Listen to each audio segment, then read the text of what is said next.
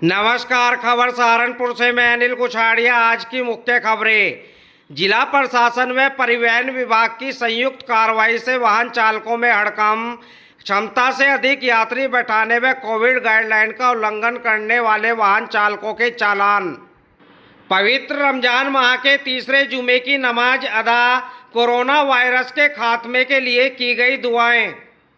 Corona के बढ़ते संक्रमण के बीच लोगों में वैक्सीनेशन कराने को बड़ी जागरूकता। मुख्यमंत्री हेल्पलाइन पर शिकायत के बाद कंटेनमेंट जोन में सैनिटाइजेशन। एक सप्ताह पूर्व कोरोना संक्रमित हुआ था युवक। सहायक नगर आयुक्त व नगर स्वास्थ्य अधिकारी ने किया जैन समाज के शमशान घाट का निरीक्षण। जनपद में ऑक्सीजन की आपूर्ति को पूरा करने के लिए दिन रात जुटा जिला प्रशासन। NMC फार्मा 100% प्राकृतिक। अक्षमता से अधिक यात्री बैठाने व कोविड गाइडलाइन का उल्लंघन कर रहे वाहन चालकों के खिलाफ आज जिला प्रशासन व परिवहन विभाग ने संयुक्त रूप से अभियान चलाया। अभियान से वाहन चालकों में हड़कंप मचा रहा। नगर मजिस्ट्रेट सुरेश कुमार सोनी व ARTO प्रवर्तन RP मिश्रा सबसे पहले हसनपुर चौक पहुंचे, जहां उन्होंने वाहनों की चेकिंग की, जिसके बाद वह घंटाघर पहुंचे और क्षमता से अधिक सवारी बैठाने वाले वाहनों के चालान काटे। साथ ही बिना मास्क यात्री बैठाने वाले वाहन चालकों को भी नहीं बख्शा गया। अभियान के तहत ई-रिक्शा, टेम्पो, बस व अन्य यात्री वाहनों की जबरदस्त चेकिंग की गई। नगर मजिस्ट्रेट सुरेश कुमार सोनी बिना मास्क वाहनों में बैठे लोगों की भी खबर लेते रहे। उन्होंने सख्त चेतावनी के साथ मास्क लगाने के लिए कहा। ARTO प्रवर्तन RP मिश्रा ने कहा कि कोरोना के बढ़ते संक्रमण को देखते हुए जो वाहन चालक गाइडलाइन का पालन नहीं कर रहे हैं, उनके विरुद्ध यह अभियान लगातार जारी रहेगा। कोरोना के दृष्टिगत परिवहन विभाग के द्वारा, जिला प्रशासन के द्वारा ये लोगों में जागरूकता फैलाई जा रही है कि बिना मास्क के बिल्कुल ना चलें। इसके अलावा जो है, जो भी सार्वजनिक परिवहन है जिसमें टेम्पो, ई-रिक्शा, बस, इनको सबको चेक किया जा रहा है और जो भी मानक क्षमता से अधिक सवारी बैठे मिल रहे हैं उस वाहन के खिलाफ कार्रवाई की जा रही है।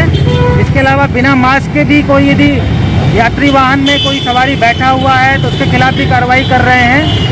ये विभाग द्वारा लगातार अभियान हमारा चल रहा है। अभी हमारे साथ सिटी मजिस्ट्रेट सहारनपुर भी थे, उनके द्वारा भी चेकिंग की गई है और ये लगातार अभियान हमारा चलता रहेगा। नगर की मस्जिदों में पवित्र रमजान माह के तीसरे जुमे की नमाज अदा की गई। सभी मस्जिदों में कोविड गाइडलाइन का पालन करते हुए नमाज अदा कराने की व्यवस्था कराई गई थी। नगर की जामा मस्जिद में इमाम कारी अरशद गोरा ने नमाज अदा कराई। नमाज के बाद देश की एकता अखंडता बनाए रखने तथा कोरोना महामारी के समूल नाश की दुआ की गई। इमाम कारी अरशद गोरा ने कोरोना महामारी से बचने के लिए दी गई हिदायतों को अमल में लाने तथा 3 दिन के लॉकडाउन का पालन करने की अपील की। उन्होंने कहा, यदि बहुत ज़रूरी काम हो तभी घर से निकले तथा अपने परिवार व पड़ोसियों का ख्याल रखें। जामा मस्जिद प्रबंधक मौलाना फरीद मजाहिरी, समाज सेवी आरिफ खान, हारून मोहम्मद आलम, हाजी साहिद जुबेरी, बाहर अहमद ने व्यवस्थाओं में योगदान दिया। मेरी तरफ से अपील ये है कि इसका पूरा पालन करें, इसकी हिदायत का पूरा अमल करें।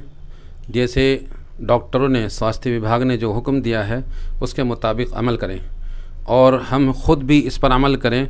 नहीं, ये नहीं कि पुलिस या कोई और हमारे पर दबाव डाले तब हम जाके माने घरों में बैठे जाके उसका जो है उसका अमल करें। हमें खुद भी ये चाहिए कि हम अपने घर पर ही रहें और इस पे जो है इसका पूरा ख्याल रखें लॉकडाउन का, और ज़्यादा बाहर ना फिरें। कोई बहुत ही ज़्यादा ज़रूरी काम है तो बाहर निकलें, वरना तो घर पर ही रहें, क्योंकि ये बड़ी मोहलिक बीमारी है। कोरोना के बढ़ते संक्रमण के बाद लोगों में वैक्सीनेशन कराने को लेकर काफ़ी जागरूकता बढ़ी है। नगरीय क्षेत्रों में वैक्सीन लगवाने को लेकर लोग भारी संख्या में स्वास्थ्य केंद्रों पर पहुंच रहे हैं। अभी 45 वर्ष या इससे ऊपर की उम्र वाले लोगों को ही वैक्सीन लगाई जा रही है, जबकि 18 वर्ष या इससे ऊपर के लोगों के वैक्सीनेशन के लिए रजिस्ट्रेशन हो रहे हैं। जब 18 वर्ष या इससे ऊपर के लोगों को वैक्सीन लगनी शुरू हो जाएगी तो वैक्सीन लगवाने के लिए स्वास्थ्य केंद्रों पर काफ़ी भीड़ होगी। वैक्सीन लगवाने में महिलाएं भी काफ़ी संख्या में जागरूक दिख रही हैं। कोरोना संक्रमण को फैलने से रोकने के लिए शासन प्रशासन पूरी कवायद किए हुए है, लेकिन ग्राम्य विकास विभाग शायद उनकी मेहनत पर पानी फेरने में लगा है। मामला सरसावा के ग्राम झरोली का है, जहां एक सप्ताह पूर्व पत्रकार अभय सिंह की रिपोर्ट कोरोना पॉजिटिव आई थी। चिकित्सकों ने उन्हें होम क्वारंटीन कर दिया, जिसके बाद वहां पर बल्लियां लगाकर कंटेनमेंट जोन बना दिया गया। एक सप्ताह तक भी इस कंटेनमेंट जोन में न तो सैनिटाइज किया गया और न ही चूना व दवा का छिड़काव। कोरोना संक्रमण न फैले, इसके लिए पत्रकार अभय सिंह ने इंतजार के बाद मुख्यमंत्री हेल्पलाइन नंबर पर इसकी शिकायत की। शिकायत का असर एकदम दिखा और एक सप्ताह बाद इस कंटेनमेंट जोन को सैनिटाइज किया गया।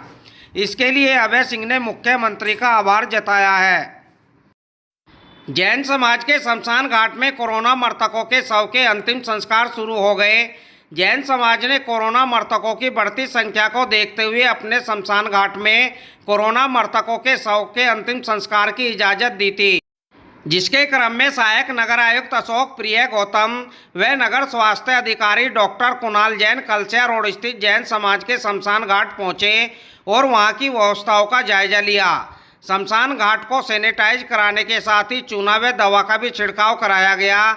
इसके अलावा वहां खड़ी झाड़ियों को भी कटवाया जा रहा है। पार्षद मनोज जैन ने बताया, अंतिम संस्कार के लिए पर्याप्त मात्रा में लकड़ी है।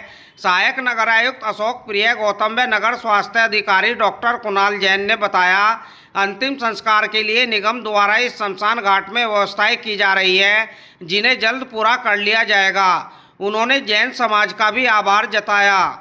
जैन समाज सहारनपुर ने ये जैन शमशान घाट शांतिधाम अपना नगर निगम को इस महामारी को देखते हुए सौंप दिया है। इसमें कोविड का कोई भी कैजुअलिटी होती है वो इसमें दाह संस्कार कर सकता है।